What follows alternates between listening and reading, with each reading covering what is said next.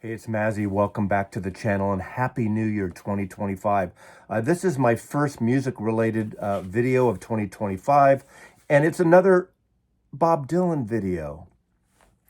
God, Bob Dylan. I've been obsessed with Dylan since his biopic, which I think is excellent, okay? It's an interpretation of 5 years in the early musical career of Bob Dylan, and it does take some liberties, but it's a brilliant film. I said it. I'm sticking to my guns here. Okay. I decided to put this video together because, again, I still think Dylan is the greatest American songwriter, not even close. No one else. And I picked 10 songs that I think are Bob Dylan's most epic songs, at least to me. Epic in length, except for one. Epic in structure, and not necessarily his best songs. And of course, there are probably songs that mean more in the great scheme of things in terms of music and as a popular songwriter. But to me, these just are all records, all recordings that would be perfect to open up an album. Now, some do, not all of them do. In fact, some end an album beautifully as well. And again, I am using the length, not that length is a barometer on musical taste or the greatness of a song, but Dylan has a way with words, and he literally can go on and on and on. Sometimes it makes sense, sometimes it's gibberish. And just going to give you a little taste of what these are. But before I do that, a couple of books to recommend. Now, this is probably now overdue for an update. It's been updated several times over the decades. And every time it's been updated, I buy a new copy and I gift my older copy to someone else. This is the Lyrics, 1961 to 2012. So we're basically, 13 years behind schedule here. It's wonderful here. And what's interesting about these books is occasionally the lyrics are slightly different than the recorded version, but it goes album by album, song by song. And it's just a treasure to have, and really a wonderful book in any music fan's collection. And the last few years, 2 years, 3 years now, this came out. The Philosophy of Modern Song by Bob Dylan. I'm still waiting for part 2 of Chronicles, his autobiography. What has it been, 15 years, 20 years since that happened? Jesus, what are you waiting for, Bob? Not getting any younger, right? But I want to say two things about this. First of all, this is an excellent book, another book to have in any music fan's collection. He goes through all these wonderful songs that he chooses and writes a little dissertation. If you ever heard the radio show, Dylan's radio show where he plays music and the way he talks about music, and it's just so wonderful, the types of songs that he gets into and how he relates and tells his side of the story of the song, his personal take on the song. But I recommend even more is find the audio book for this, put it in your car, and take a long drive. That's what I did a year ago on one of my trips to San Francisco. It's Dylan reading some of it, and all these actors and musicians also reading parts. Everyone from, I think it's Steve Buscemi and John Goodman and I forgot who else. But it's just brilliant the way it interweaves, and hearing Dylan just speak these words that he's written is just marvelous. So this is highly recommended. So I'm going to count these down. I did rank them from my point of view. Again, subjective. The top 10 most iconic songs of Bob Dylan, the heroic songs, just these magnificent, perfect things that really kind of tell a story. Epic songs, that's what I said earlier on. And I'm going to start with a song from 1978 that opens up his album, Street Legal. I think it's a wonderful album, and this kind of led off the big band tour with this huge, 13, 14 musicians, background singers. Some compared it to the Neil Diamond Vegas tour, and I saw 2 of these shows. I loved them. There's the big Japanese box that came out, the Budokan box. But Street Legal. The song is Changing of the Guard. Song came out in 1978. That song logs in at 6 minutes. I do have a couple notes on those kind of things. 6 minutes, 41 seconds. There's a remix that's a little bit longer. In a way, some people see this as a personal journey of his own journey. 16 years after his first recordings for songs came on the scene in 1978, he writes this song. A little bit, when he writes about himself, he doesn't write specifically about himself, aside from in Chronicles, where he writes sort of, I wouldn't say disjointed, but uh, out of chronological order. And that's what's kind of fabulous about that book here. And he's kind of like that here, Changing the Guard, big band on here, those great background singers. I just love it. That's number 10, Bob Dylan's Changing of the Guard from Street Legal. Coming in at number 9 on my list of Bob Dylan's epic songs, and that is Precious Angel. Now, Precious Angel does not open up Slow Train Coming. Gotta Serve Somebody does. Now, this is the first of his Christian Jesus albums. Precious Angel is a religious, he's putting his faith there on the table out in the recording studio, and it's a beautiful song. What's great about this was produced by Jerry Wexler and Barry Beckett, Muscle Shoals sound, and it's got a great sound. And what the great riff on that song is that wonderful Mark Knopfler guitar piece that kind of just continues on throughout the most song, the great riff as he goes into each version. That song is 6 minutes and 31 seconds.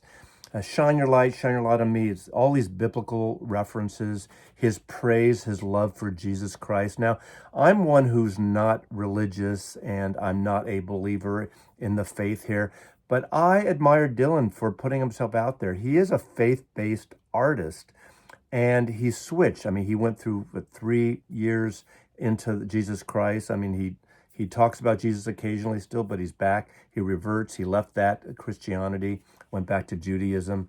But just the song is a marvelous song. The lyrics are great. The feel is great. It's one of the catchiest songs on the album. And this is a wonderfully recorded album, Slow Train Coming, Bob Dylan, 1979. One of the tours I saw, I think I saw every 1970 tour that Dylan did that decade. Amazing. But Precious Angel coming at number 9 from the wonderful Slow Train Coming album, the first of 3 Christian albums that he did. Coming number 8, one of the epics on a wonderful record, and this is from 1974, Lily Rosemary and the Jack of Hearts, coming in at 8 minutes and 51 seconds. I know time shouldn't matter, but Dylan is great of going on and on with these ballads and the songs. And what's interesting about this is about justice. This is about a bank heist. Now, a lot of this album is a breakup album of someone he was involved with while he was married. And it's a beautiful album. He re-records half the album. Some people think this is his best album. I think it's an incredible album. This is an excellent album to get into Dylan for the first time. If you're not a fan of his voice and some of his mumblings, this might be the one for you. It's accessible, but it's also just great songwriting. This song is one of his great ballads, and it just goes on and on. As I said, 8 minutes, 51 seconds. Just a wonderful, one of his greatest ballads, one of his greatest songs on one of his greatest albums from 1974, Blood on the Tracks. Coming in at number 7, Joker Man. What a great title track this is. This opens up Infidels, the album from 1983, 6 minutes and 12 seconds. Now, this is one of those magical songs that I don't think it could have been anywhere else on this record, but an opener. It's a great way to set the stage for this, even though the album has a different feel throughout it. A lot of political things going on in this record and mystical things. Joker Man is a record that, for me, I share a vision, or I have a vision of this song, because this was like, I think, his first album in the MTV era, and there was that magnificent video, it's on YouTube, check it out, where it has all these religious iconic art pieces, famous art pieces, mixed with some of his own artwork and him lip syncing the song as well. This record was co-produced by Mark Knopfler and Bob Dylan. Mick Taylor plays guitar on this track along with Mark Knopfler, and it's just a beauty of a track. It's a mystical, political, religious Manifesto. And I just think it's one of the greatest songs Dylan ever done. And it's one of his epic songs, and that's why it's on this list. I just love it. There's something about it that is very visual. You almost don't need, in fact, you don't need the video of it to just picture, and it's probably better not to watch that video and just kind of imagine what he's talking about, his visions on this song. He does that a lot in these epic songs, I will say, where he's not telling a specific story on here. It just transcends, okay? Joker Man transcends. Joker Man from 1983 on Infidels. Coming in at number 6. Now, this is one of Bob Dylan's greatest ballads and one of his most powerful ballads, and it opens up the album from 1975, and that is Hurricane, based on the injustice of Hurricane Carter, the boxer who was wrongly accused of a triple murder. He goes on here for 8 minutes, 33 seconds.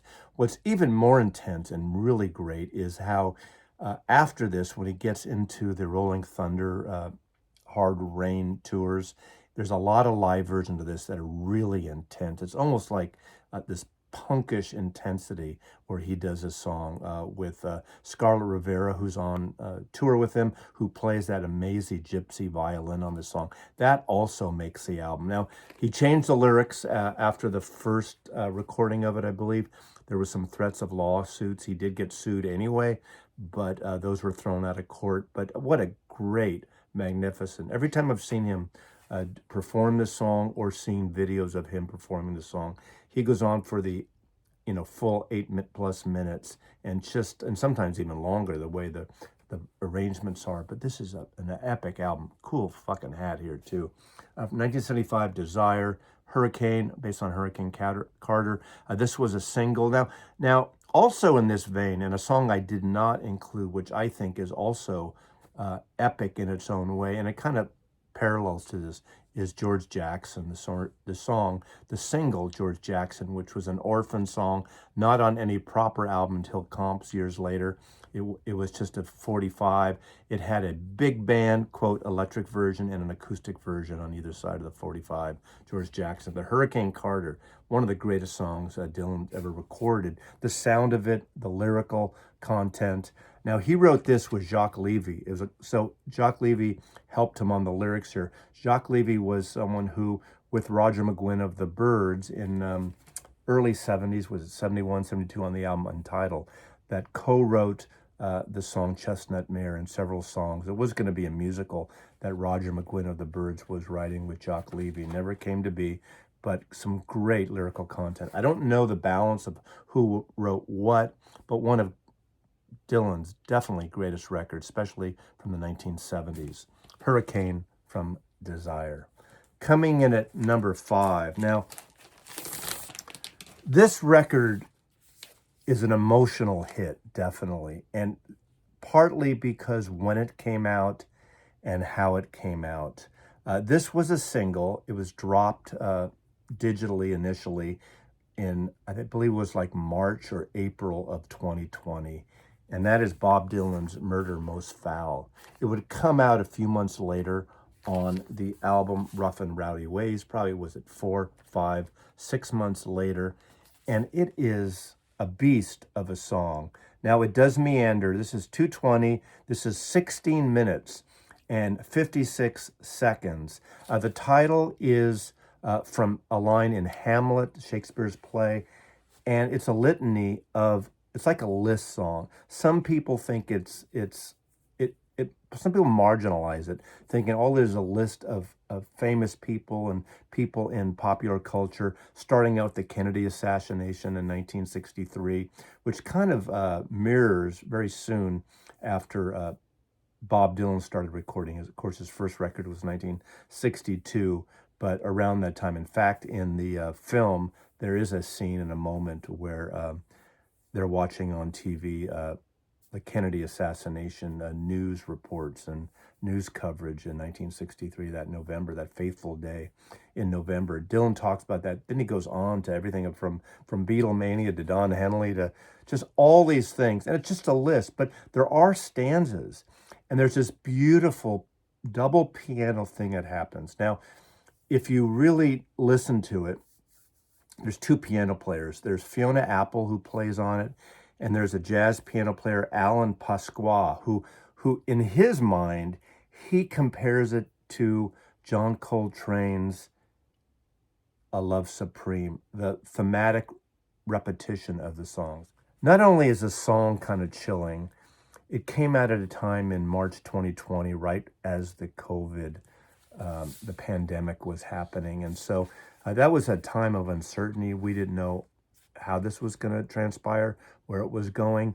And looking back on this thing, now Dylan is always famous about not looking back, and he will even say this is not really a nostalgia piece, but it's in the moment what he was going through and feeling in the moment.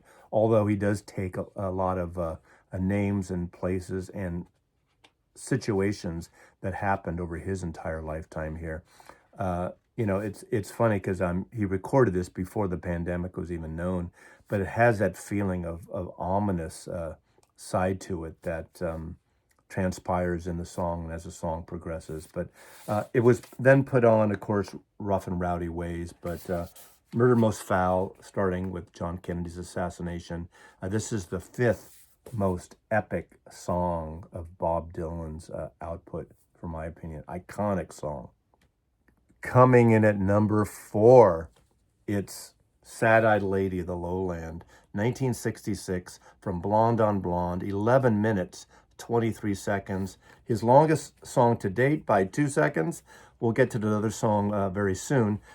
This was an album recorded in Nashville, and what a beautiful record this is. I mean, there's visions of like William Blake on here, patches of the Bible, but again, it's Dylan's own vision. Recorded this in Nashville with some fantastic studio musicians out of Nashville, and he would write and work on the lyrics for hours while the studio musicians were hanging around waiting for him. Very unlike what they're used to during their sessions, and they'd get paid, which is great, but he would go on and on and on, the verses of the song, and the musicians, were kind of working to build on a crescendo, and then he would continue. They thought he was about to end and finish the song, and he would go on. It's a stunning song. Again, some people thought it was written by Joan Baez, but it was written by his wife, Sarah, who he had married in 1965. But Joan Baez has an amazing cover of it on her 1968 album, her double album, Any Day Now, which is my favorite Joan Baez album. It's a song of all Dylan covers. Some I didn't know at the time because they were from his publishing, the stuff he did with the Basement Tapes with the band at Big Pink. It's just a fabulous record. And so she does Nashville then in 68. He's doing Nashville here in 68. He would do it again with Nashville Skyline, obviously. But what a great, great song this is. Surreal lyrics at times, verses from the Bible, but he makes it his. And, many people try to figure out what Dylan is saying in these songs, pretty much like, Lennon with Strawberry Fields and some of these surreal things that Lennon would write with the Beatles. And Lennon wrote I'm the Walrus, saying, if you want to figure something out, I'll give you something. And he does this whole kind of conglomerate of similarly the Pilchard climbing an Eiffel Tower. You want something to figure out, here's some gibberish for you. I'm not saying he's always writing gibberish, Bob Dylan, not at all. But there are things that, people want the meanings, and there are no meanings. And even if there are, when Dylan's writing the songs, sometimes they're not the same later. So, Dylan's throwing the stuff out. He's putting the stuff out. Is he the Joker, as some people used to refer to him, maybe? Is he the carnival barker, the cowboy? Whatever he is, he does it brilliantly. And what a great, one of the epic songs, Sad-Eyed Lady of the Lowland, produced by Bob Johnson, 1966, my favorite Dylan album, Blonde on Blonde. Coming in at number 3, another epic, 2 seconds shorter than Sad-Eyed, and that ends Highway 61 in 1965, and this is Desolation Row from 1965. Now that is an epic song. But you know what made that song even better? As they're working on this song, he does this whole acoustic thing, and then Charlie McCoy, the great Nashville guitar player, multi-instrumentalist, who would play on him in the following year on Blonde on Blonde, was in New York and comes on this session. And that kind of acoustic, cowboy-like guitar that kind of continues through the whole thing as the song goes on and on and on. He makes that song. The song wouldn't be the same without Charlie McCoy's acoustic guitar playing. Dylan's all over this. Bass player, very minimal musically, but it has this surreal lyrics that continues over the 11 plus minutes. And it's on one of my favorite records. Of course, this was the second of three of the initial electronic push of Bob Dylan here. So what a great song. Bob Dylan's Highway 61 Revisited, Desolation Row by Bob Dylan. Coming in number 2. Now this is the shortest song I chose for this video. And some might say you just picked it out, but it's not really an epic song. It's absolutely an epic song. And there's so many songs of Bob Dylan's that are epic. Blown in the Wind, of course, is one. A plethora of songs that he did in his early career that became anthems. And to me, this is the most important anthem. And it's only clocks in at 3 minutes and 15 seconds from 1965 release, but recorded in 1963 and written literally as an anthem. Dylan wanted to write an anthem, and the album produced by Tom Wilson was named after this song, and it opens up, and that's The Time They Are A-Changin'. Now, there is a movie called Watchmen, that sci-fi movie, which has its lovers and its detractors. But if you watch the opening credits of that movie, they have a elongated version of the song that I believe might even be longer. Do they edit it and add things onto it? I don't even know. It is one of the best openings of a film I've ever seen. Watch that on YouTube if it's out there anymore. But the times they are changing. I mean, this is one of the best political songs that he's ever written. Songs of the civil rights movement, a song of a time, a song when folk music mattered to America, or it was trying to blend social issues, politics with what was happening in America. To me, this is the perfect song, full circle, 62 years later. Well, 60 years ago, this album came out in 1965. So now we're at a perfect time to play this. I think in America, we're going to need songs like The Times They Are A-Changin', because they certainly are. And it's time for protest. It's time for, people raising their voices when things aren't just, when the truth is faked and you're sold a bill of goods. What a great record. This is one of the greatest epic songs of Bob Dylan, coming in number 2 on my list. The Times They Are A-Changin', not in length, but it's one of those perfectly recorded, minimal Bob Dylan folk songs. And every time I hear this song, I get goosebumps. From 1963 or 65 as it was released. And now the number 1 epic song in Bob Dylan's discography. One of the greatest songs of the 1960s. The song that really, really sucked me in, hook, line, and sinker. I bought the single. And this is 1965, 6 minutes and 13 seconds. Unfortunately edited for radio, but the long version is the way to go. Opens up Highway 61. And of course, it's Like a Rolling Stone. No other song comes close to this. It's a perfect song. So much illusion in it, so much joy in it. It's one of those songs, it's not that the song is the greatest song Dylan has ever written, but it's a combination of the music, the arrangements, the musicianship, as I said. It is the record as an entity, aside from the song or in addition to the song, of that accidental, at the last minute, Al Cooper organ bit that makes that Mike Bloomfield's great guitar playing. As soon as that snare drum snaps at the beginning, this goes on for 6 minutes and 13 seconds. This is a song that I never want to end. I want this to go on.